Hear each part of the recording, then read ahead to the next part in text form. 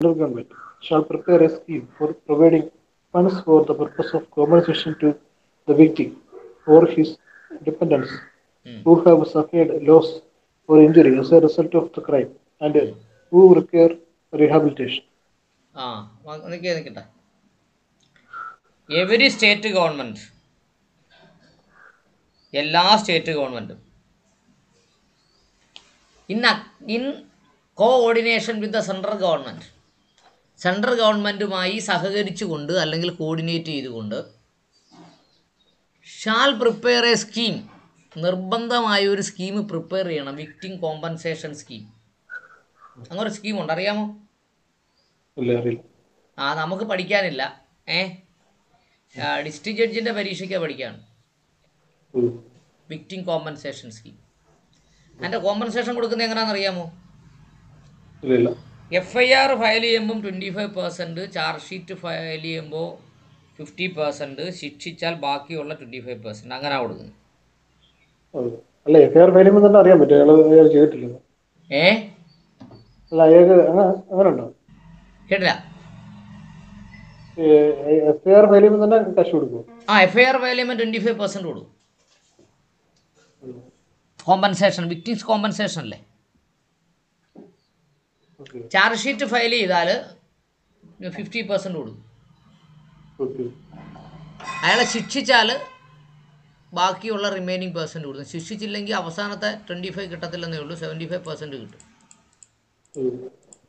മനസ്സിലായോ? Okay. FIR, അതുകൊണ്ടാണ് FIR ഇടിക്കുന്നതിന് വേണ്ടി നമ്മൾ ജില്ലാ കോടതിയിലും ഹൈക്കോടതിയിലൊക്കെ മൂവ് ചെയ്യത്തില്ലേ. WPC ഈ പ്രകാരം ഡയറക്ഷൻ കൊടുക്കത്തില്ലേ.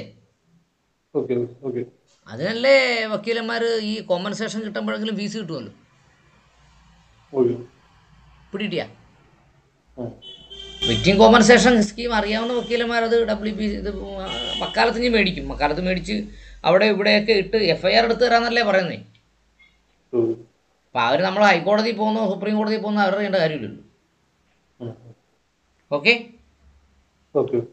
അപ്പോൾ ഞാൻ പറഞ്ഞു വന്നത്, every state government in coordination with the central government shall prepare a scheme for providing funds for the purpose of compensation to the victim or his dependents who have suffered the loss or injury as a result of the crime and who require rehabilitation.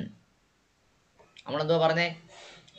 Every state government, എല്ലാ state ഗവൺമെൻറ്റും in coordination with the central government, central ഗവൺമെൻറ്റുമായി coordinate ചെയ്തുകൊണ്ട് shall prepare, may prepare അല്ല, shall prepare, നിർബന്ധമായും prepare ചെയ്തിരിക്കണം.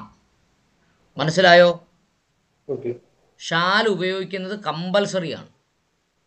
Prepare a scheme for providing fund for the purpose of compensation the victim.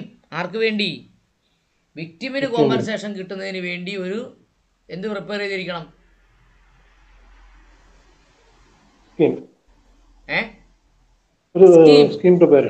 Victim compensation scheme prepare ചെയ്യണം. Or his dependants, victim മരിച്ചുപോയി, ആർക്ക് compensation കിട്ടണം? Depend compensation. Who have suffered loss, ആർക്കാണോ നഷ്ടം സംഭവിച്ചത് അവർക്ക് കിട്ടണം. ഓർ ഇഞ്ചുറി, അല്ലെങ്കിൽ മുറിവ് പറ്റിയ ആർക്കാണോ അവർക്ക് കിട്ടണം. As A result of the crime and who require rehabilitation. Rehabilitation എന്ന് പറഞ്ഞാൽ എന്താ?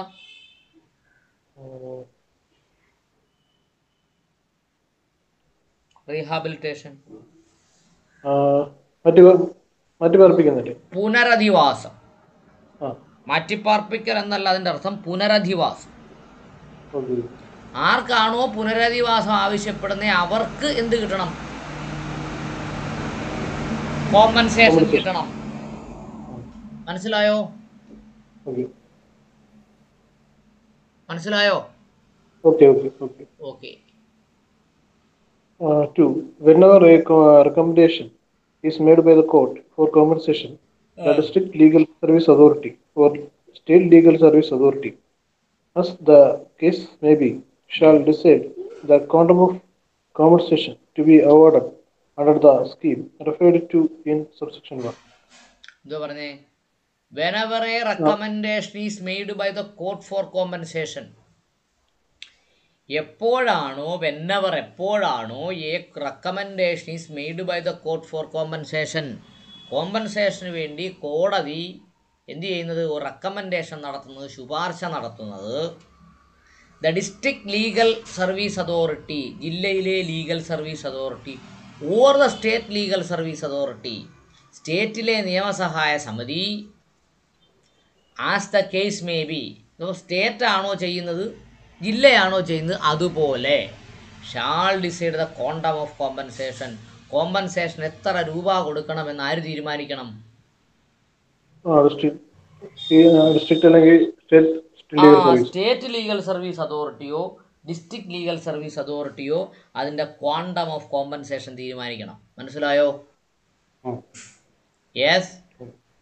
To be awarded under the scheme referred in the subsection 1. Subsection 1 പ്രകാരം പ്രിഫർ ചെയ്തിരിക്കുന്ന ക്വാണ്ടം ഓഫ് കോമ്പൻസേഷൻ തീരുമാനിക്കേണ്ടത് ആരാണ്? ഡിസ്ട്രിക്ട് ലീഗൽ അല്ലെങ്കിൽ state legal. District legal service authority അല്ലെങ്കിൽ state legal അതോറിറ്റിയാണ് അതിൻ്റെ ക്വാണ്ടം ഓഫ് കോമ്പൻസേഷൻ തീരുമാനിക്കുന്നത്. മനസ്സിലായോ? യെസ്. അടുത്തത്.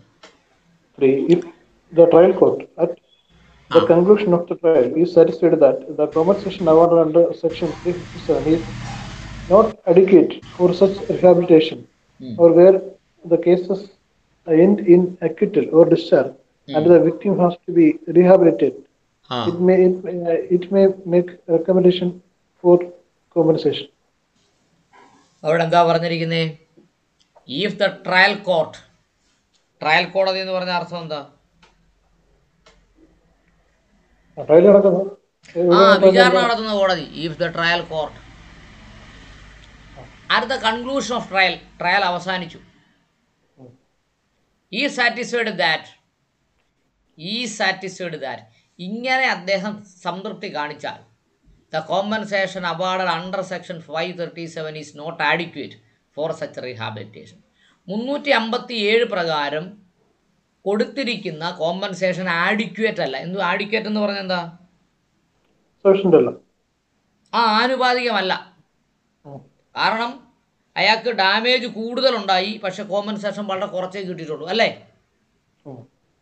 Not adequate or where the case end in acquittal, അയാളെ കുറ്റവിമുക്തനാക്കി, അയാൾ കുറ്റം ചെയ്തതായിട്ട് തെളിവില്ല, അല്ലെങ്കിൽ അയാൾ കുറ്റം ചെയ്തിട്ടില്ല, is in end acquittal or discharge, അയാൾക്ക് ചാർജ് ഷീറ്റ് പോലും ഫയൽ ചെയ്യാൻ പറ്റിയില്ല, അയാൾ ഡിസ്ചാർജ് ചെയ്താൽ, and the victim has to be rehabilitated, വിക്ടിമിനെ എന്ത് ചെയ്യണം?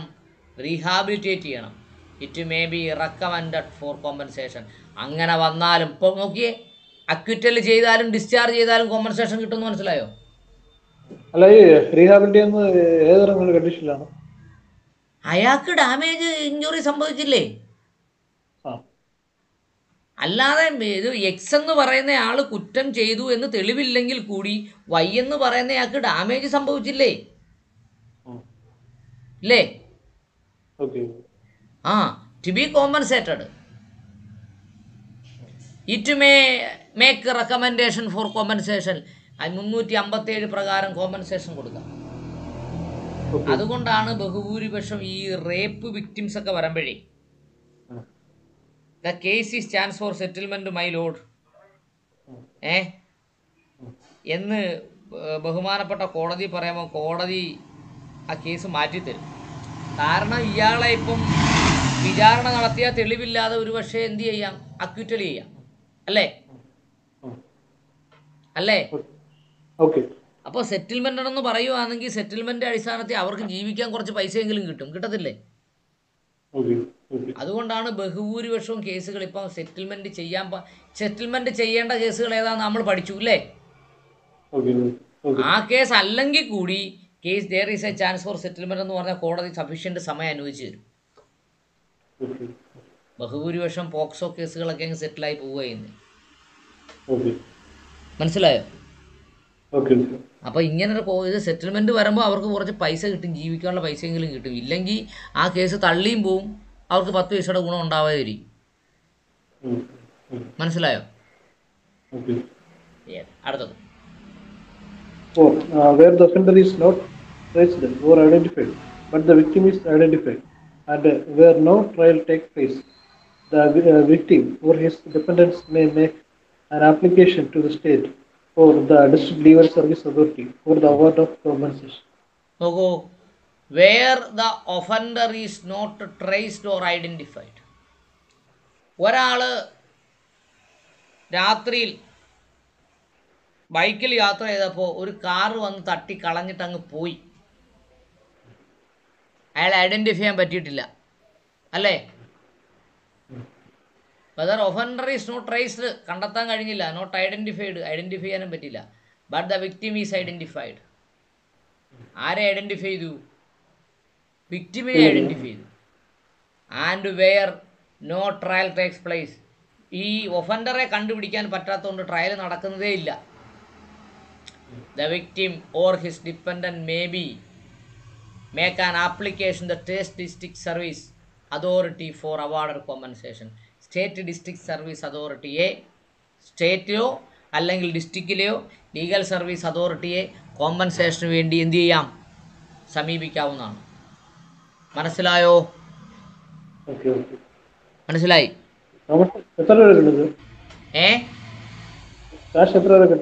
ക്വാണ്ടം ഓഫ് കോമ്പൻസേഷൻ അവരല്ലേ തീരുമാനിക്കുന്നത്, മേളിൽ പറഞ്ഞില്ലേ? ഉദ്ദേശം MACT കിട്ടുന്ന ക്ലെയിം പോലെ കിട്ടും.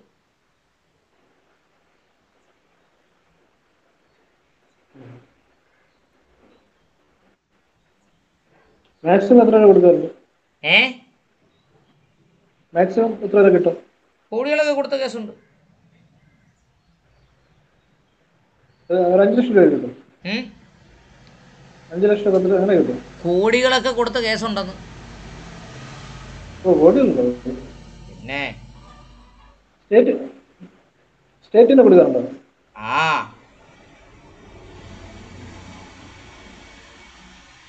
MACT പ്രകാരം റെസ്പോണ്ടിനെ കിട്ടിയില്ല, ഡെത്ത് കേസാണ്, എന്ത് ചെയ്യും?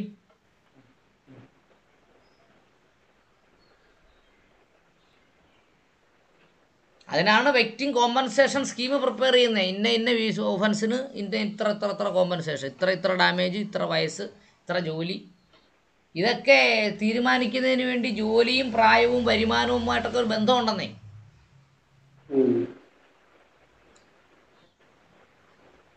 നിങ്ങൾക്കിപ്പോൾ എത്ര രൂപ മാസ ശമ്പളം ഉണ്ട്?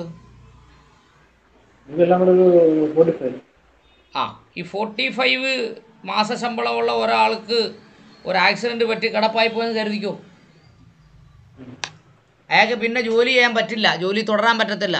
ആ ശമ്പളത്തിനെയും അദ്ദേഹത്തിൻ്റെ ഏജിനെയും ബാക്കിയുള്ള സർവീസ് പീരീഡിനെയും കാൽക്കുലേറ്റ് ചെയ്തിട്ടാണ് കോമ്പൻസേഷൻ തീരുമാനിക്കുന്നത്. മനസ്സിലായോ? ഇപ്പോൾ ബാക്കിയുള്ള സർവീസ് ഇപ്പോൾ 15 വർഷത്തെ സർവീസ് ഉണ്ടെന്ന് കരുതിക്കോ, ശമ്പളം കൂടുകയും ചെയ്യുമല്ലോ. ഇപ്പോൾ 45 ഗുണം 12 ഗുണം 10 വർഷത്തെ സർവീസ് ഉണ്ടെങ്കിൽ 10. മനസ്സിലായോ? അല്ല, അപ്പോൾ ഇവിടെ നടക്കുന്ന എല്ലാ ആക്സിഡൻസിനും ഇങ്ങനെ കിട്ടുന്നുണ്ടോ? എല്ലാവർക്കും കൊടുക്കുന്നുണ്ടോ? ബഹുഭൂരിപക്ഷത്തിനും അങ്ങനെ കൊടുക്കുക. ഈ ഒഫൻഡർ ഇല്ലാത്ത കേസിലാണല്ലോ ലീഗൽ സർവീസ് അദാലത്തിനെ സമീപിക്കുന്നത്. ഒഫൻഡർ ഉള്ള കേസിന് അവൻ്റെ കയ്യിൽ നിന്ന് തന്നെ പിടിച്ചെടുക്കുമല്ലോ, അല്ലേ? അവൻ്റെ കയ്യിൽ നിന്ന് പിടിച്ചെടുക്കാൻ ഒരു സാധ്യത ഇല്ലാത്തപ്പോഴാണല്ലോ ലീഗൽ സർവീസിലും സ്റ്റേറ്റ് ലീഗൽ സർവീസിലും ഒക്കെ പോകുന്നത്. അപ്പം ഒരു 100 കേസുകൾ കേരളത്തിൽ വരുമ്പോൾ ഒരു 2-3 കേസ് മാത്രമേ ലീഗൽ സർവീസ് വരൂ. 98% എവിടെ പോവും? ഒഫൻഡറുടെ കയ്യിൽ നിന്ന് ജില്ലാ ഭരണകൂടം പിടിച്ചെടുക്കും, റവന്യൂ റിക്കവറി എടുക്കുന്നതാണ്. മനസ്സിലായോ? ഒഫൻഡറെ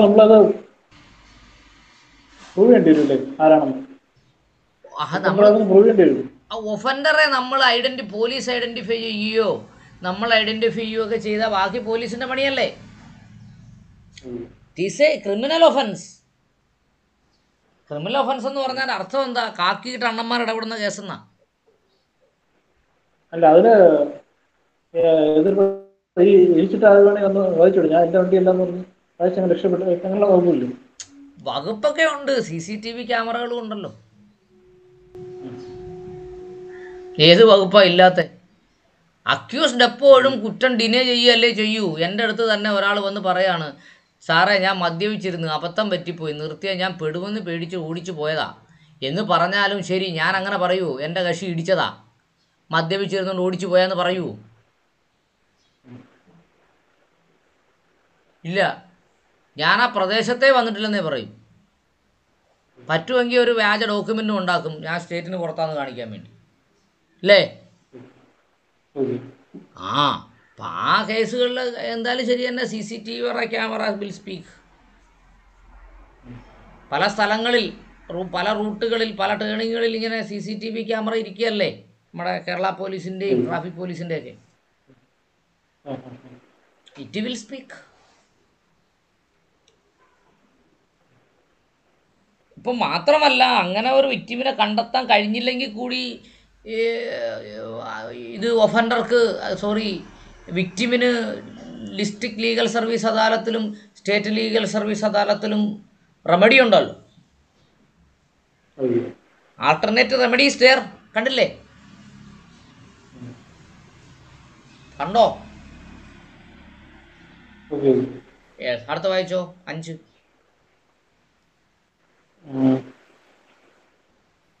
On receipt of the recommendations on the application under subsection 4, state or district legal authority shall, after due inquiry, award adequate compensation by completing the inquiry within 2 months. പിന്നെന്തോ അവിടെ പറഞ്ഞേക്കുന്നേ? On receipt of such recommendation, ജില്ലാ ജഡ്ജിയുടെ കയ്യിൽ നിന്ന് അങ്ങ് recommendation കിട്ടിയാൽ, recommendation കൊടുക്കുന്ന ആരാ? ട്രയൽ കോർട്ട് അല്ലേ? ട്രയൽ കോർട്ട് മേളി വായിച്ച കണ്ടില്ലേ? അങ്ങനെ ട്രയൽ കോർട്ടിൽ നിന്ന് അങ്ങ് റെക്കമെൻഡേഷൻ കിട്ടിയാൽ, section 4, the state or district legal service authority shall, after due enquiry, award adequate compensation. Enquiry നടത്തിയതിന് ശേഷം ആനുപാതികമായ കോമ്പൻസേഷൻ ചെയ്യണം, അവാർഡ് ചെയ്യും. By completing the enquiry within 2 months. Enquiry എപ്പം പൂർണ്ണമാക്കും? 2 months. 2 months, 2 മാസം കൊണ്ട് പൂർണ്ണമാക്കും. മനസ്സിലായോ? ഇപ്പോൾ കോമ്പൻസേഷൻ സ്കീം ആയതുകൊണ്ട് ഡിലേ ആവാൻ സാധ്യത കുറവാണ്. മനസ്സിലായോ? നമ്മളൊക്കെ ഒന്ന് ആലോചിച്ച് നോക്ക്, നമ്മുടെ കുടുംബത്തിലെ ഏക ഏണിംഗ് മെമ്പറിനൊക്കെ എന്തെങ്കിലും സംഭവിച്ചു പോയാൽ എന്ത് ചെയ്യും? ഒരു ഫാമിലി വെൽഫെയർ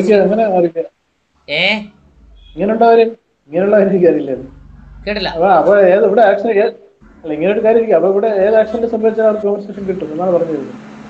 ഇത് ക്രിമിനൽ ഒഫൻസ് ആണല്ലോ. ക്രിമിനൽ ഒഫൻസിലും വിക്ടിം, ഇതിന്റെ കാര്യം എന്താണെന്നറിയാമോ? വിക്ടിം കോമ്പൻസേഷൻ സ്കീം പ്രകാരം ബഹുഭൂരിപക്ഷം വരുന്ന അഡ്വക്കറ്റ്സ് മൂവ് ചെയ്യത്തില്ല.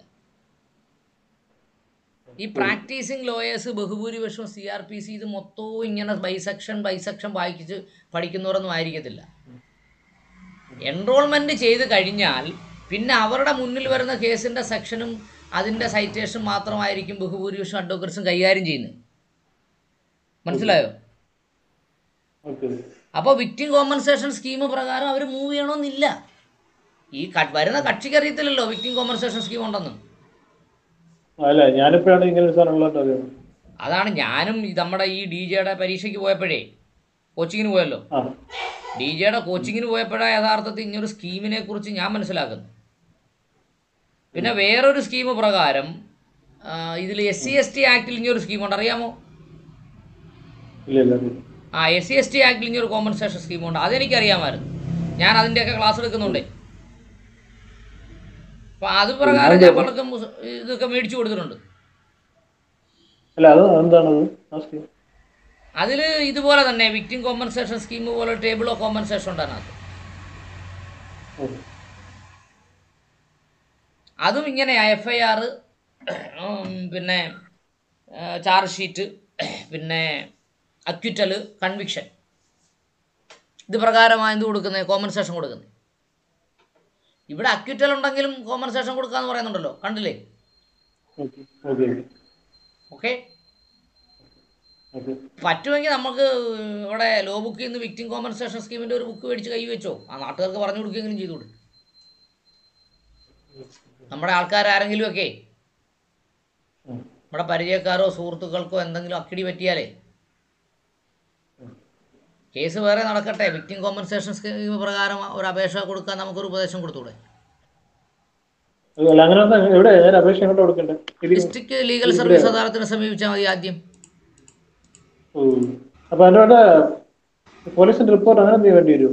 എഫ്ഐആർക്ക് വേണ്ടി വരും, എഫ്ഐആർക്ക് വേണ്ടി വരും.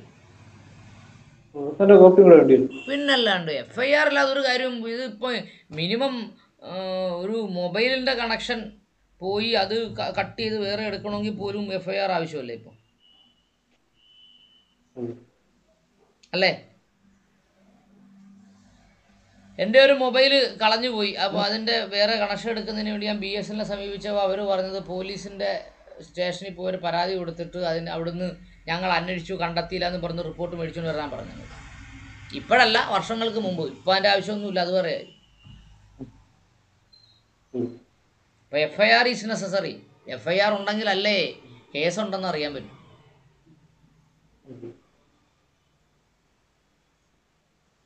മനസ്സിലായോ? അടുത്ത വായിച്ചേ. The state or the district legal service authority, as the case may be, to alleviate the suffering of the victim, may order for immediate first aid facility or medical benefits to be made available free of cost on the certificate of the police officer not below the rank of the officer in charge of the police station or in a magistrate of the area concerned, or any other interim reliefs as the appropriate authorities deems fit. അടുത്ത പറഞ്ഞേക്കുന്നേ, the state or district legal service authority as the case may be. State government, state legal service അതോറിറ്റിയോ അല്ലെങ്കിൽ ജില്ലാ legal service അതോറിറ്റിയോ as the case may be, അവരുടെ സാഹചര്യത്തിനനുസരിച്ച് ഏതാണോ അതിനനുസരിച്ച്, as the case may be എന്താ പറഞ്ഞേക്കുന്നത്? As the case may be to alleviate the suffering of the victim. എന്ത് ചെയ്യണം? സഫറിങ് ഓഫ് ദ വിക്ടിം, വിക്ടിമിൻ്റെ സഫറിങ്ങിന് എന്ത് ചെയ്യണം? ആലിവേറ്റ് ചെയ്യണം, ഇവാലുവേറ്റ് ചെയ്യണം. May order the immediate first aid facility or medical benefit to be made available for the cost of the certificate of the police officer. കണ്ടോ? Police officer not below the rank of officer in charge of a police station. Police സ്റ്റേഷൻ്റെ charge എന്ന് പറഞ്ഞാൽ station house ഓഫീസറുടെ ചാർജുള്ള ആൾക്ക് താഴെയല്ലാത്ത ഒരാളുടെ റിപ്പോർട്ടിൻ്റെ അടിസ്ഥാനത്തിൽ ഇമ്മീഡിയറ്റ് ഫസ്റ്റ് എയ്ഡ് ഫെസിലിറ്റി അനുഭവിക്കണം. അതാണ് FIR ഫയർ ചെയ്താൽ ഉടനെ 25% കോമ്പൻസേഷൻ കൊടുക്കണമെന്ന് പറയുന്നത്. മനസ്സിലായോ? അപ്പോൾ അക്വിറ്റൽ വരെയും കൺവിക്ഷൻ വരെയും നോക്കിയിരിക്കത്തില്ല. Or the magistrate of the area concerned, അല്ലെങ്കിൽ എന്ത് ചെയ്യും? മജിസ്ട്രേറ്റിൻ്റെ റിപ്പോർട്ട് പ്രകാരം ഡിസ്ട്രിക്ട് ലീഗൽ സർവീസ് അതോറിറ്റി അല്ലെങ്കിൽ സ്റ്റേറ്റ് ലീഗൽ സർവീസ് അതോറിറ്റി പ്രവർത്തിക്കും. Or any other interim relief. നോക്കൂ, ഇടക്കാല relief, interim relief as appropriate authority deems fit. Appropriate authority ചിന്തിക്കുന്ന ഇടക്കാല ആശ്വാസം കൊടുക്കും. മനസ്സിലായോ? യെസ്.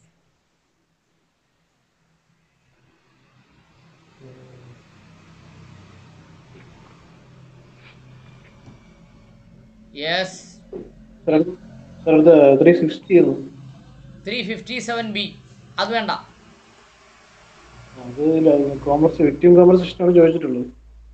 357B ചോദിച്ചിട്ടുണ്ടോ? വിക്ടിം കോമ്പൻസേഷൻ മാത്രമാണ് ചോദിച്ചിട്ടുള്ളത്. അപ്പോൾ അത് ഉൾപ്പെടും. വിക്ടിം കോമ്പൻസേഷനകത്ത് അതൊക്കെ വരും. Compensation to person groundlessly arrested. Ground ഇല്ലാതെ അറസ്റ്റ് ചെയ്തവനും കോമ്പൻസേഷൻ കിട്ടും.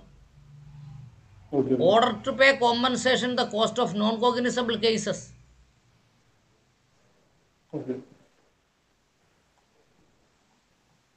അല്ല അത് വേണോ? ഏതാ? Order to pay.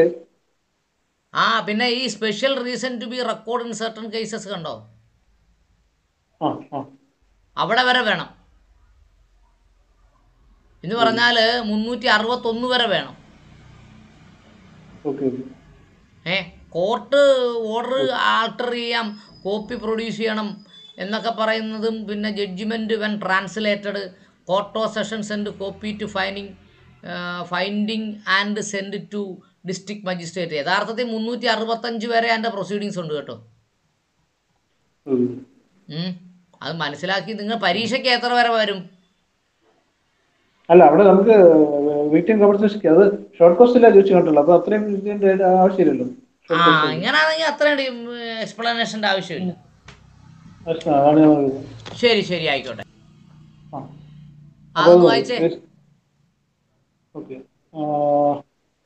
One, when a party not under 21 years of age is convicted of an offence punishable with fine only, or with imprisonment for a term of 7 years or less, or when any person under 21 years of age or any woman is convicted of an offence not punishable with death or imprisonment for life, and no previous conviction is proved against the offender, if it appears to the court before which he is convicted, regard being added to the age, character, or antecedents of the offender, and to the circumstances in which the offence was committed, that it is expedient that the offender should be released on probation of good conduct.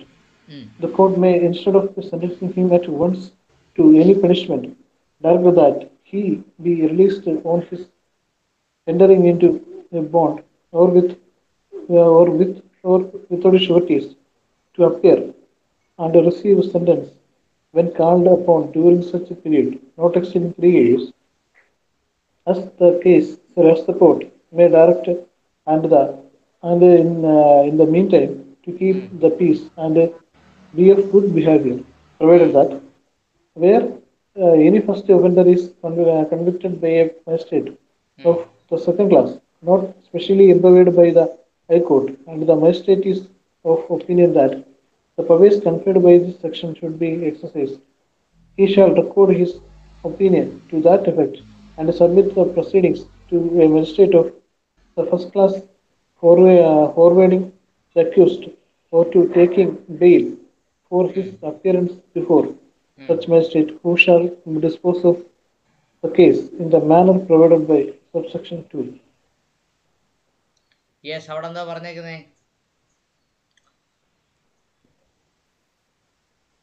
Order to release on probation of good conduct or after admonition when any person not under 21 years of age. ഒരു വ്യക്തി എത്രയാണെങ്കിൽ not under 21 years of age അല്ലേ,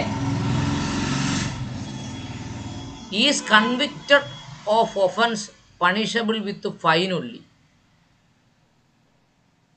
21 വയസ്സിന് താഴെ അല്ലാത്ത ഒരാൾ fine മാത്രമാണ് ശിക്ഷിക്കുന്നതെങ്കിൽ, വിത്ത് ഇംപ്രിസൺമെൻറ്റ് അല്ലെങ്കിൽ imprisonment for a term of 7 years or less, 7 വർഷമോ അതിൽ താഴെയുള്ളോ ഏതെങ്കിലും കുറ്റത്തിനാണ് ശിക്ഷിക്കുന്നതെങ്കിൽ, or when any person under 21 years of age or any woman is convicted for an offence not punishable with death.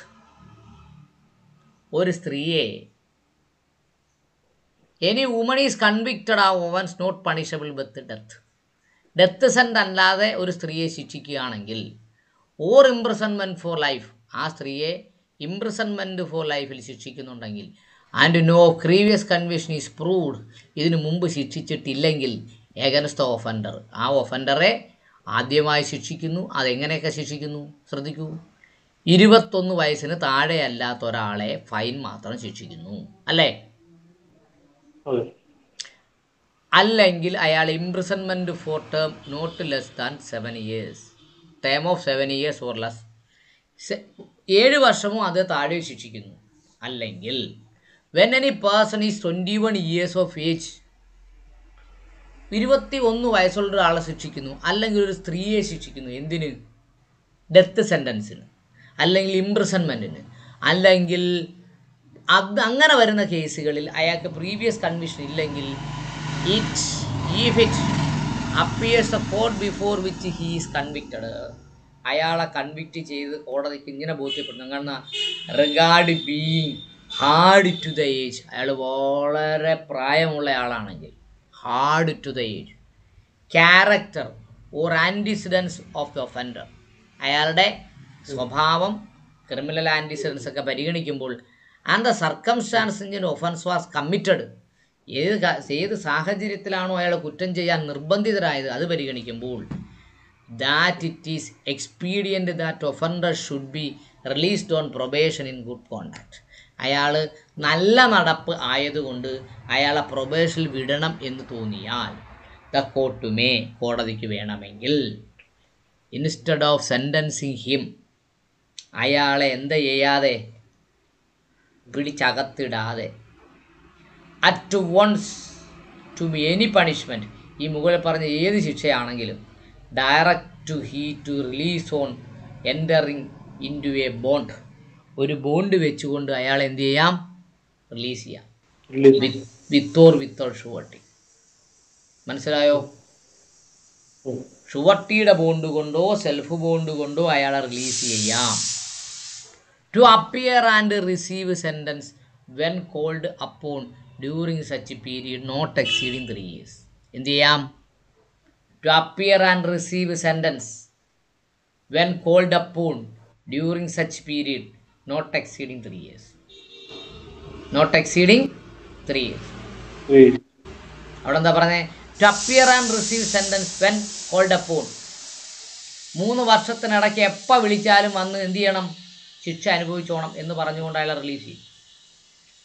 As the court may direct and in the meantime, അതിൻ്റെ ഇടയിൽ to keep the peace and good behavior, അത് എന്ത് ചെയ്യണം? അയാൾ സമാധാനത്തിൽ താമസിക്കണം. ചുരുക്കം പറഞ്ഞാൽ ഇങ്ങനെയൊക്കെ കണ്ടീഷൻ പ്രകാരം ഒരാളെ കോടതി വിട്ടാൽ, എതിർകക്ഷികൾ എൻ്റെ വീട്ടിൽ കയറി തല്ലിയിട്ട് കള്ളക്കേസ് കൊടുത്താലും ഈ പണി പാളത്തില്ലേ? അതുകൊണ്ട് നാട് വിട്ടു പോകുന്നതാണ് ബുദ്ധി. മനസ്സിലായോ?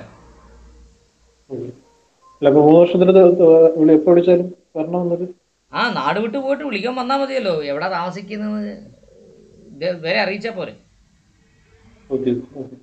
ജയിൽ അതോറിറ്റിയിലേ, എൻ്റെ പൊന്ന് സാറന്മാരെ, ഞാൻ പോവാണ്, ഞാൻ ഇന്നടുത്താണ് പോയി നിൽക്കുന്നത്, വിളിക്കുമ്പോൾ ഞാൻ വന്നോളാം എന്ന് പറഞ്ഞാൽ പോരെ. ഇപ്പോൾ നിങ്ങൾ ഇപ്പോൾ കണ്ടില്ലേ, ഈ തൃശ്ശൂർ ഒരു പോക്സോ പ്രതിയെ അയാൾ പരോളിൽ ഇറങ്ങിയപ്പോൾ വെട്ടിക്കൊന്നു.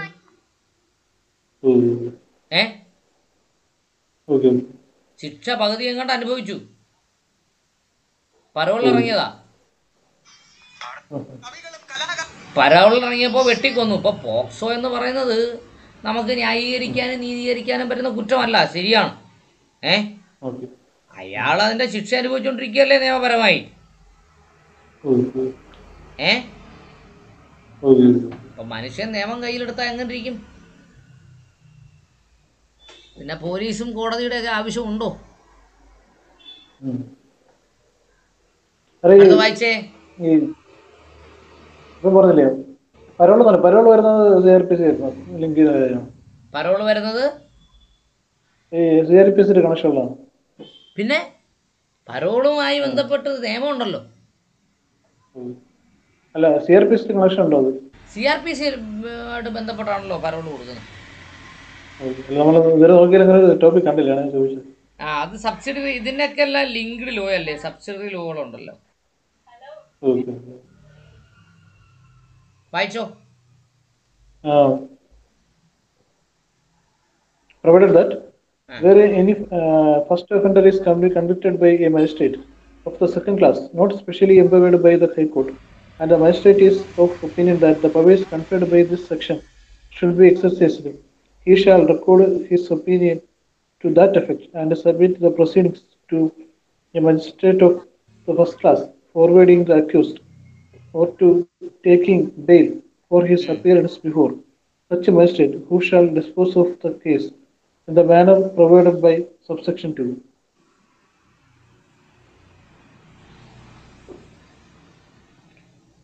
Yes, provided that where any first offender is convicted by a magistrate of the second class not specially empowered by the High Court.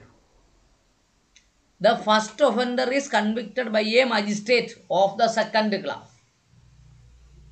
Second class magistrate ആണ് ശിക്ഷിച്ചത്. സെക്കൻഡ് ക്ലാസ് മജിസ്ട്രേറ്റിന്റെ പ്രത്യേകത എന്താ? അത് finally magistrate. First class judicial magistrate മുതലാണല്ലോ 3 വർഷം ശിക്ഷിക്കാൻ പറ്റുന്ന അധികാരം കൊടുക്കുന്നേ. അതിന് സെക്കൻഡ് ക്ലാസ്സിലുള്ളവർക്കൊന്നും അത്രയും പവർ കൊടുത്തിട്ടില്ലല്ലോ. അതുകൊണ്ടാണ് നമ്മൾ പറഞ്ഞത് provided that where any first offender is convicted by a magistrate of the second class not specially empowered by the High Court. ഹൈക്കോടതി സ്പെഷ്യലായി അയാൾക്ക് പവറൊന്നും കൊടുത്തിട്ടില്ല. And the magistrate is the opinion that the powers conferred by section should exercise. അതിൽ കൊടുത്തേക്കുന്ന ആ section പ്രകാരം കൊടുത്തേക്കുന്ന power exercise ചെയ്യണം എന്ന് second class judicial magistrate അഭിപ്രായവും ഉണ്ട് എങ്കിൽ എന്ത് ചെയ്യണം?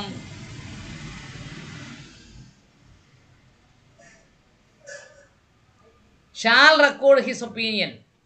അങ്ങനെയാണെങ്കിൽ സെക്കൻഡ് ക്ലാസ് മജിസ്ട്രേറ്റിന്റെ അഭിപ്രായം റെക്കോർഡ് ചെയ്യണം. എന്നിട്ട് എന്ത് ചെയ്യണം? And admit the proceedings to the magistrate of the first class and submit the proceedings. ആ വിഷയം എവിടെ സബ്മിറ്റ് ചെയ്യണം? ഫസ്റ്റ് ക്ലാസ് ജുഡീഷ്യൽ മജിസ്ട്രേറ്റിന് സബ്മിറ്റ് ചെയ്യണം. മനസ്സിലായോ? അല്ലേ? അന്ന് പറഞ്ഞാൽ അപ്പീൽ പോലെ സബ്മിറ്റ് ചെയ്യണം. Forwarding the accused to. അതിനുശേഷം ആർക്ക് അയച്ചു കൊടുക്കണം? അക്യൂസിന് അയച്ചു കൊടുക്കണം. അല്ലേ?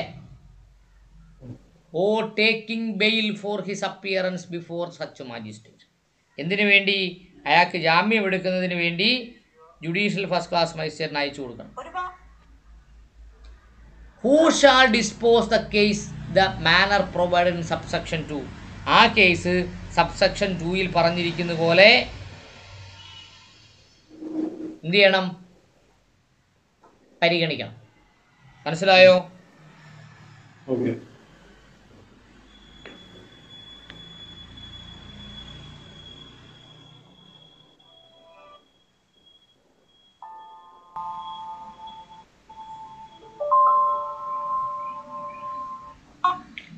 അടുത്ത വായിച്ചേ.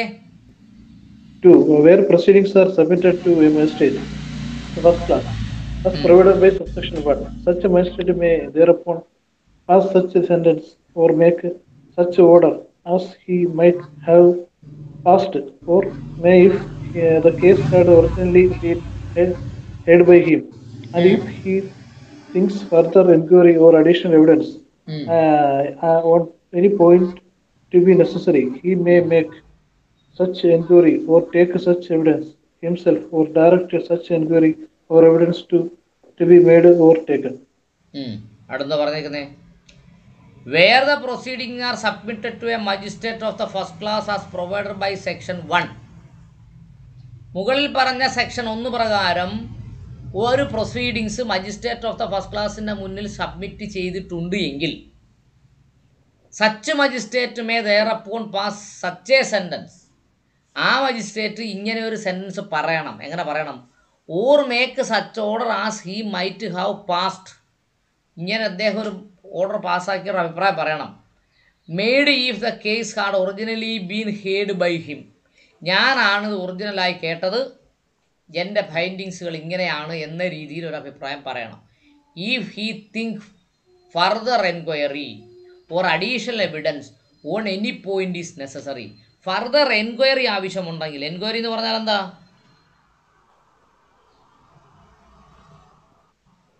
What is enquiry?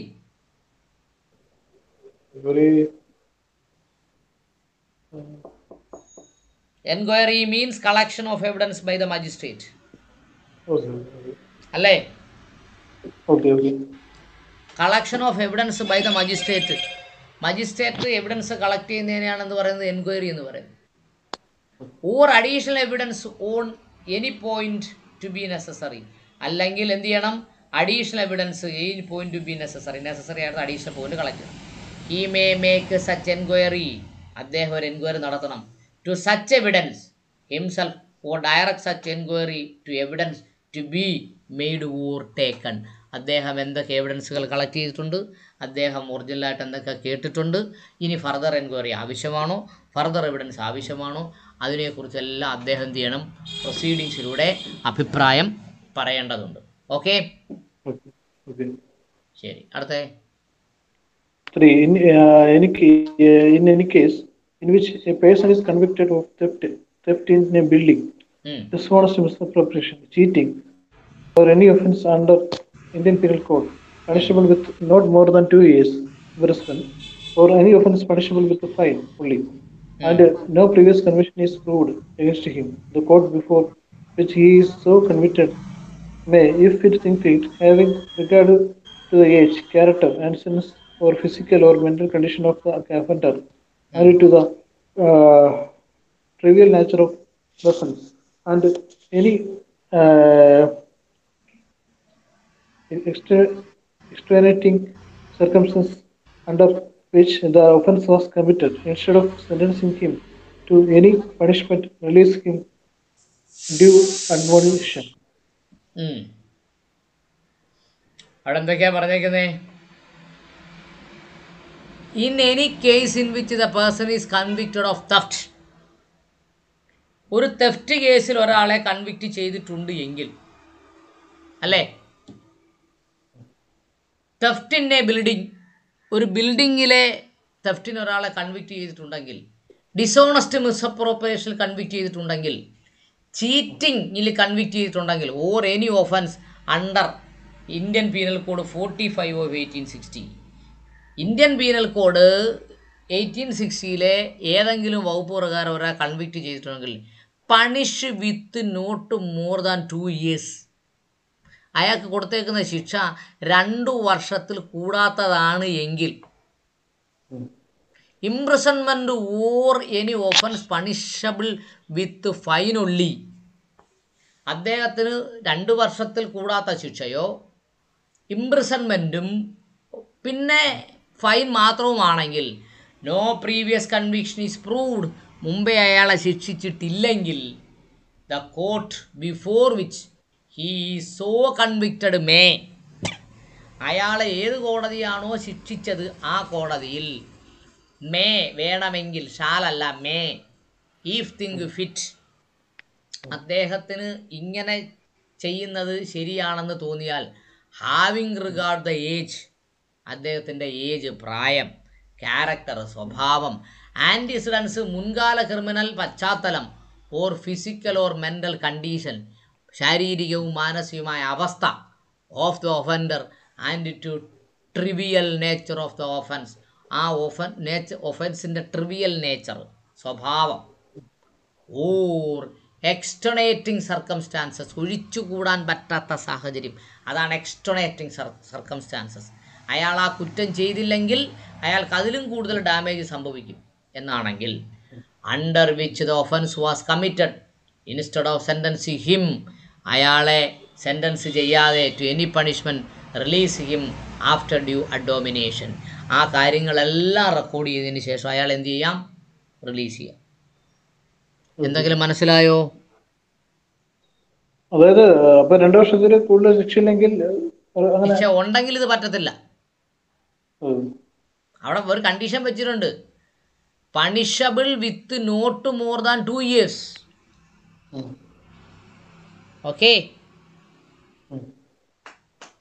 Not more than, അപ്പോൾ 2 years കൂടുതലാകുമ്പോൾ ഈ വകുപ്പ് ഉപയോഗിക്കാൻ പറ്റില്ല എന്ന് അവിടെ പറയാതെ പറഞ്ഞിട്ടില്ലേ?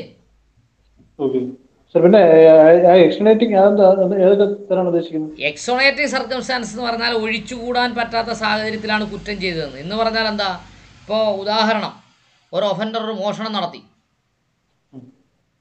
മോഷണം നടത്തിയതിന് പേര് ഇന്നത്തെ ഫേസ്ബുക്കിലും വാട്സപ്പിലും ഒക്കെ അദ്ദേഹത്തിൻ്റെ മകൻ്റെ ചികിത്സയ്ക്ക് വേണ്ടി അല്ലെങ്കിൽ മകളുടെ ചികിത്സയ്ക്ക് വേണ്ടി അയാൾ പണം സ്വരൂപിച്ചു. ആരും കൊടുത്തില്ല.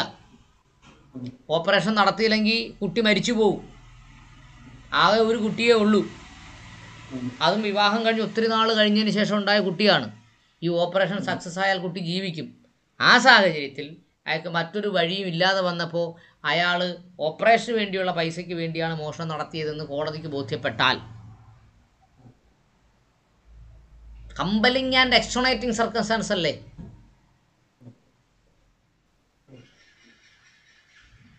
മനസ്സിലായോ?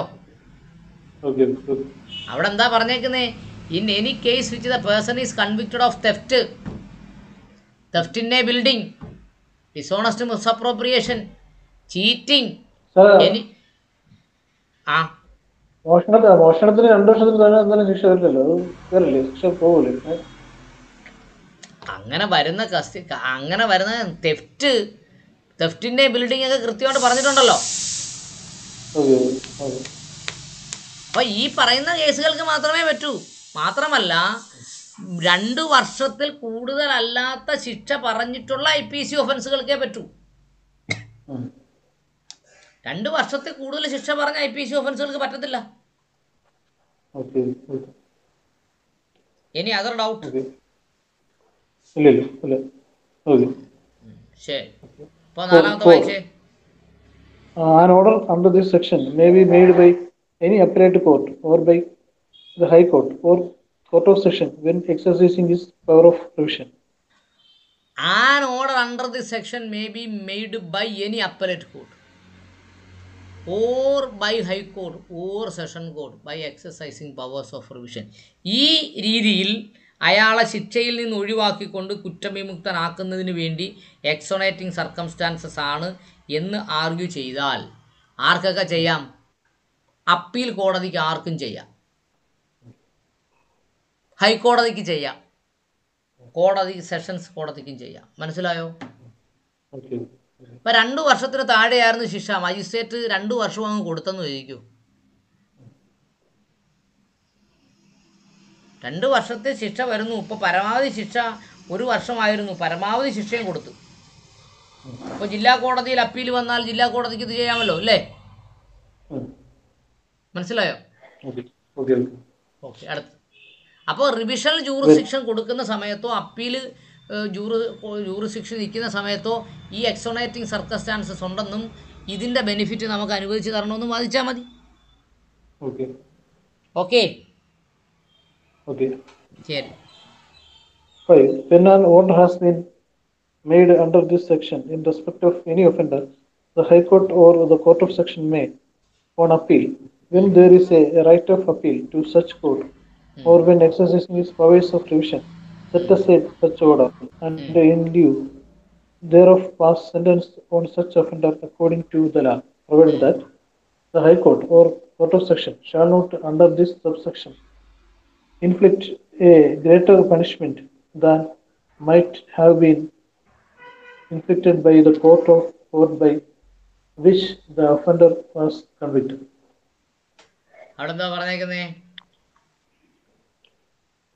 When the order has been made under this section in respect of any offender, മറ്റൊരു ഒഫൻഡർക്ക് വേണ്ടി ഈ സെക്ഷൻ പ്രകാരം ഇങ്ങനെ ഓർഡർ പാസ്സാക്കിയാൽ the high court or the court of session may, ഹൈക്കോടതിക്കോ അല്ലെങ്കിൽ സെഷൻസ് കോടതിക്കോ വേണമെങ്കിൽ ഓൺ അപ്പീലിൽ when there is a right of appeal to the court, ആ കോടതിയിലേക്ക് അപ്പീലിൻ്റെ അധികാരമുണ്ടെങ്കിൽ, or when exercise powers of revision, അദ്ദേഹം റിവിഷണൽ ജൂറിസ്ഡിക്ഷൻ എക്സസൈസ് ചെയ്തുവെങ്കിൽ, സെറ്റ് അസൈഡ് സച്ച് ഓർഡർ, ആ ഓർഡറിനെ എന്ത് ചെയ്യാം?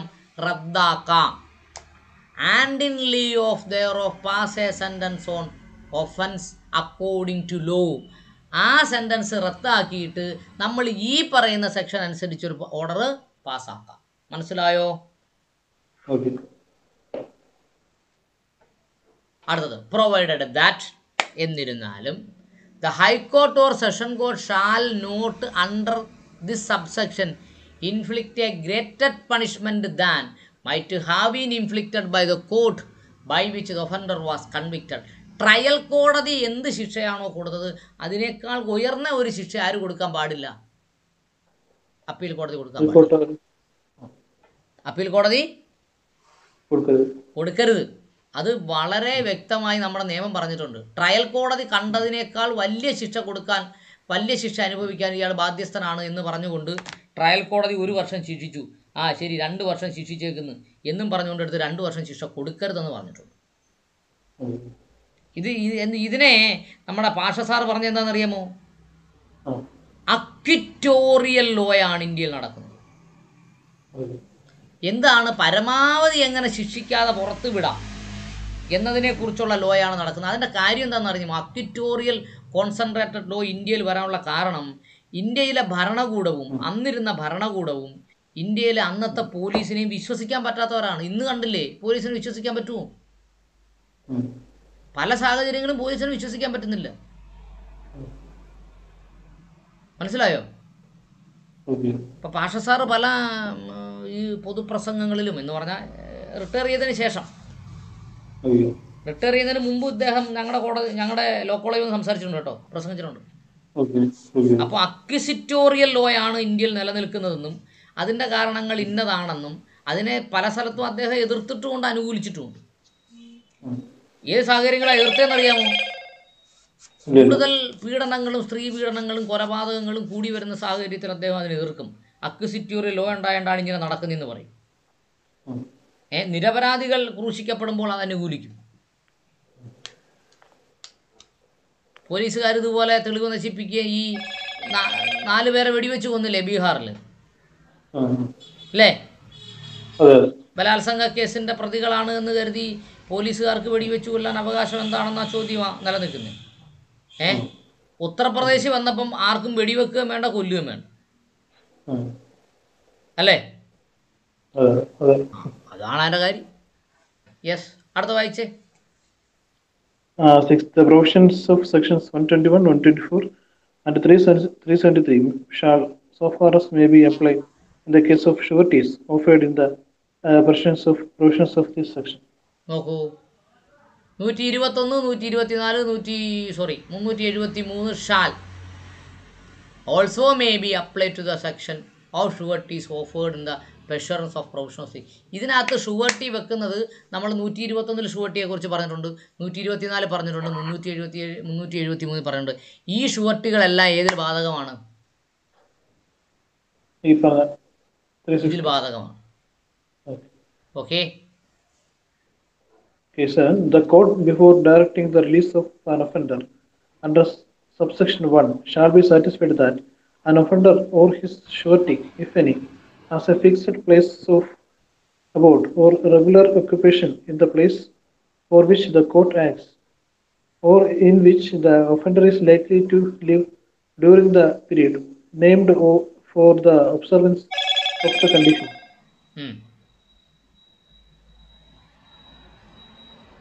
Yes, നമ്മളെന്താ പറഞ്ഞേ? The court before directing to release the offender under subsection 1, subsection 1 പ്രകാരം അയാളെ റിലീസ് ചെയ്യണമെന്ന് പറയുന്നതിന് മുമ്പേ എന്ത് ചെയ്യണം? ഷാൽ ബി സാറ്റിസ്ഫൈഡ് ദാറ്റ്, നിർബന്ധമായും ഈ ഒരു സാറ്റിസ്ഫാക്ഷൻ ഉണ്ടാവണം. എന്തുണ്ടാവണം? An offender or his surety if any has fix a place to abode or regular occupation in the place for which the court acts in the offender is likely to leave during the period named the observation is observance conditions. അപ്പോൾ 3 വർഷം കഴിയാതെ അയാൾ എന്ത് ചെയ്യാൻ പാടില്ല? 3 വർഷത്തിനിടയ്ക്ക് എപ്പോൾ വേണേലും വിളിച്ച് നിങ്ങൾ എന്ത് ചെയ്യാം? തിരിച്ചു വിളിക്കാമെന്ന് പറയുന്ന സാഹചര്യത്തിൽ എന്ത് ചെയ്യണം? The shall satisfied that an offender or his surety, offender അല്ലെങ്കിൽ surety, has fixed place to abroad or regular occupation. അയാൾ ഒരു റെഗുലർ ഓക്യുപ്പേഷൻ അല്ലെങ്കിൽ ഒരു പ്ലേസ് ഫിക്സ് ചെയ്യണം. എന്തിനു വേണ്ടിയാ? In the place for which the court acts, കോടതി എവിടെയാണോ അതിൻ്റെ ഒറിജിനൽ ജൂറിസ്ഡിക്ഷൻ ഉള്ളത് ആ പ്രദേശത്ത് തന്നെ ആ ഓക്യുപ്പേഷൻ ഉണ്ടാകണം, അല്ലെങ്കിൽ ആ പ്രദേശത്ത് തന്നെ താമസിക്കണം, അല്ലേ? On which the offender is likely to live, ആ പ്രദേശത്താണ് ഒഫൻഡറിൽ ജീവിക്കാൻ താമസിക്കുന്നത് എന്ന് അവിടെ പറഞ്ഞിരിക്കണം, കോടതി പറഞ്ഞിരിക്കണം. named in the offense. മനസ്സിലായോ? ഓക്കെ. ഓക്കെ, അപ്പോൾ സാർ നേരത്തെ പറഞ്ഞ അവര് വേറെ അത് നടക്കുകയില്ല. സാധാരണ കേസുകളിലൊക്കെ നാട് വിട്ടു പോകലാണ്. സമയത്തിന് വന്ന് ഒപ്പിടേണ്ട സമയത്ത് ഒപ്പിടും. പോലീസ് സ്റ്റേഷൻ ഒപ്പിടാൻ പറഞ്ഞാലേ, ഞാൻ പോക്സോ പ്രകാരം ഒരാൾക്ക് ജാമ്യം എടുത്തു കൊടുത്തു. അതിനകത്തൊരു കണ്ടീഷൻ ഉണ്ടായിരുന്നു, ഈ പെൺകുട്ടിയെ കാണരുത്. ഈ പെൺകുട്ടിയെ അവർ ലവ് അഫെയർ ഉള്ളവരായിരുന്നു. ഈ പെൺകുട്ടിയെ കാണരുത്, ആ പഞ്ചായത്തിൽ കയറരുത് എന്നൊക്കെ ഉണ്ടായിരുന്നു. അപ്പോൾ ഞാൻ പറഞ്ഞൊരു കാര്യം ചെയ്യും, വേറെ ഏതെങ്കിലും ജില്ലയിലോട്ട് മാറ്റി നിർത്താമെങ്കിൽ മാറ്റി നിർത്തുക. ഏതെങ്കിലും കാരണവശാൽ ആ പെൺകുട്ടിയുടെ ആൾക്കാർ വന്ന് ഞൂണ്ടിയാൽ, ബെയിൽ പീരീഡ് തീരുന്നതിന് മുമ്പ് ഞൂണ്ടുകയും അവർ പോയി ആശുപത്രി കിടക്കുകയും ചെയ്താൽ നമ്മുടെ ആൾക്കാർക്കുടെ ജാമ്യം റദ്ദായിപ്പോൾ, അതുകൊണ്ട് മാറ്റി നിർത്താൻ പറഞ്ഞു. അവരതുപോലെ ചെയ്തു.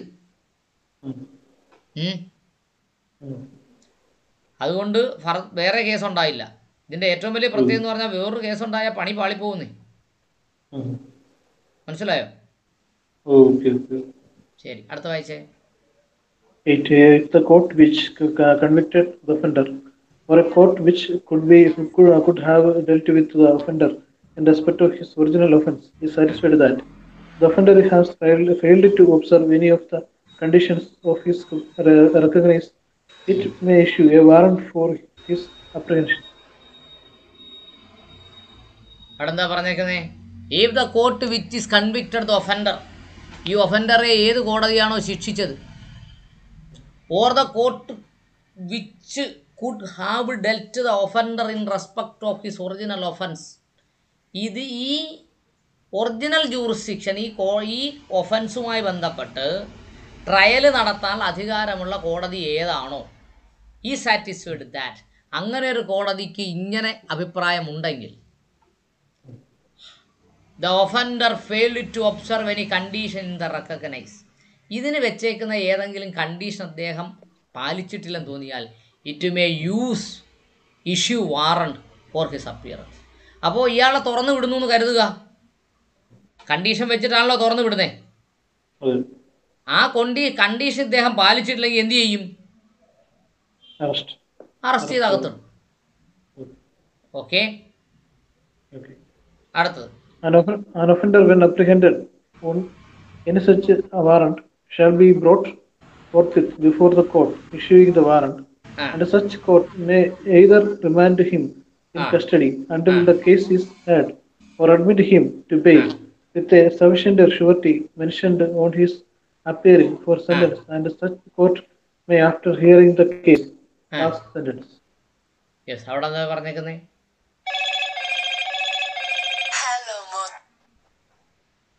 ചേച്ചി, ഞാനൊരു 5 മിനിറ്റ് കഴിഞ്ഞ് വിളിക്കാം. Okay. If the court which convict, അത് നമ്മൾ പറഞ്ഞല്ലോ അല്ലേ, 9. An offender when apprehend on any warrant, അങ്ങനെ ഒരു ഒഫൻഡർക്ക് ഒരു വാറണ്ട് കിട്ടുമെന്ന് അദ്ദേഹത്തിന് അപ്രിഹെൻഷൻ ഉണ്ടെങ്കിൽ, മുൻവിചാരമുണ്ടെങ്കിൽ അല്ലെങ്കിൽ ഭയമുണ്ടെങ്കിൽ, shall be brought before the court issuing the warrant, അയാളെ എവിടെ കൊണ്ടുവരണം? കോടതി കൊണ്ടുവരണം. And such court may either remand him in the custody, അയാളെ എന്ത് ചെയ്യാം? അയാളെ റിമാൻഡ് ചെയ്യാം. Until the case is heard or admit him to bail with a sufficient sureties condition on apprehending the sentence of such after hearing the case pass the sentence. ഇവിടെ ഇത്രേ പറയുന്നുള്ളൂ. അദ്ദേഹത്തിന് അങ്ങനെ കണ്ടീഷൻ വയലേറ്റ് ചെയ്ത് അയാളെ പിടിച്ച് അകത്തിടാനുള്ള സാധ്യതയുണ്ടെങ്കിൽ അദ്ദേഹത്തിന് കോടതിയിൽ ഹാജരായി എന്ത് ചെയ്യാം? ജാമ്യം എടുക്കാവുന്നതാണ്. അല്ലെങ്കിൽ ജാമ്യം എടുത്തില്ലെങ്കിൽ അദ്ദേഹത്തിനെ പിടിച്ച് അകത്തിടാവുന്നതാണ്. മനസ്സിലായോ?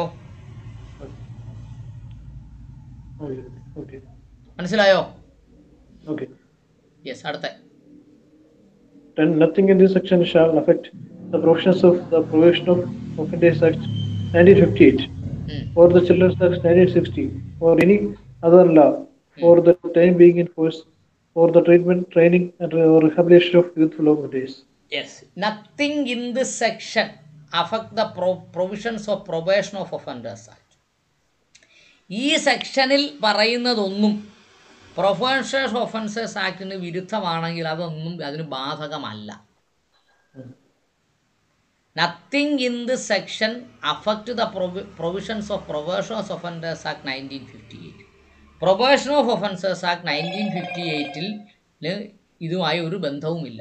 Or children's act 1960, children's act 1960യുമായി ഇതിന് ബന്ധമില്ല. മനസ്സിലായോ? പിന്നെന്താ പറയുന്നേ? Any other law for the time being in force. ഇപ്പോൾ നിലനിൽക്കുന്ന മറ്റ് നിയമങ്ങൾക്കും ഇതിനൊന്നും ബാധകമല്ല. ടൈം ബീയിങ് ഇൻ ഫോഴ്സ് ബാധകമല്ല. എങ്ങനെ? For treating, training, rehabilitation of youthful offenders. Youthful ഒഫൻഡേഴ്സിനെ ട്രെയിൻ ചെയ്ത് നല്ല മനുഷ്യനാക്കുന്നതിൽ മറ്റ് നിയമങ്ങളൊക്കെ ഉണ്ടെങ്കിൽ അത് അതുപോലെ നടക്കും. ഇത് ഇതിൻ്റെ വഴിക്ക് നടക്കും. മനസ്സിലായോ? മനസ്സിലായോ? ഓക്കെ. നമുക്ക് രാവിലത്തെ സെഷൻ തൽക്കാലം നിർത്താം. ഇന്നും കൂടെ ഞാനത്ര ഫ്രീ ആവുന്നുള്ളൂ. ഇന്ന് നമുക്ക് 5 മണി കഴിഞ്ഞിട്ട് നോക്കാം. ഇന്നൊരു 2 ടോപ്പിക് കഴിഞ്ഞാൽ പിന്നെ പ്രശ്നം. 2 ഇത് ഇപ്പം നമ്മൾ നോക്കിയില്ലേ, ഓർഡർ ടു പ്രൊബേഷൻ, അതേ ഏകദേശം അതേപോലെ വരുന്ന 2 ടോപ്പിക്കും പിന്നെ ക്വസ്റ്റ്യനാണ് വരുന്നത്. വേറെ 5 മണി കഴിഞ്ഞ് നോക്കാം. ഓക്കെ ഓക്കെ ശരി. 5 മണി സാറെ വിളിക്കാം, അതിനെ വിളിക്കണം. നിങ്ങൾ വിളിച്ചാൽ മതി. ഓ ശരി. Okay okay.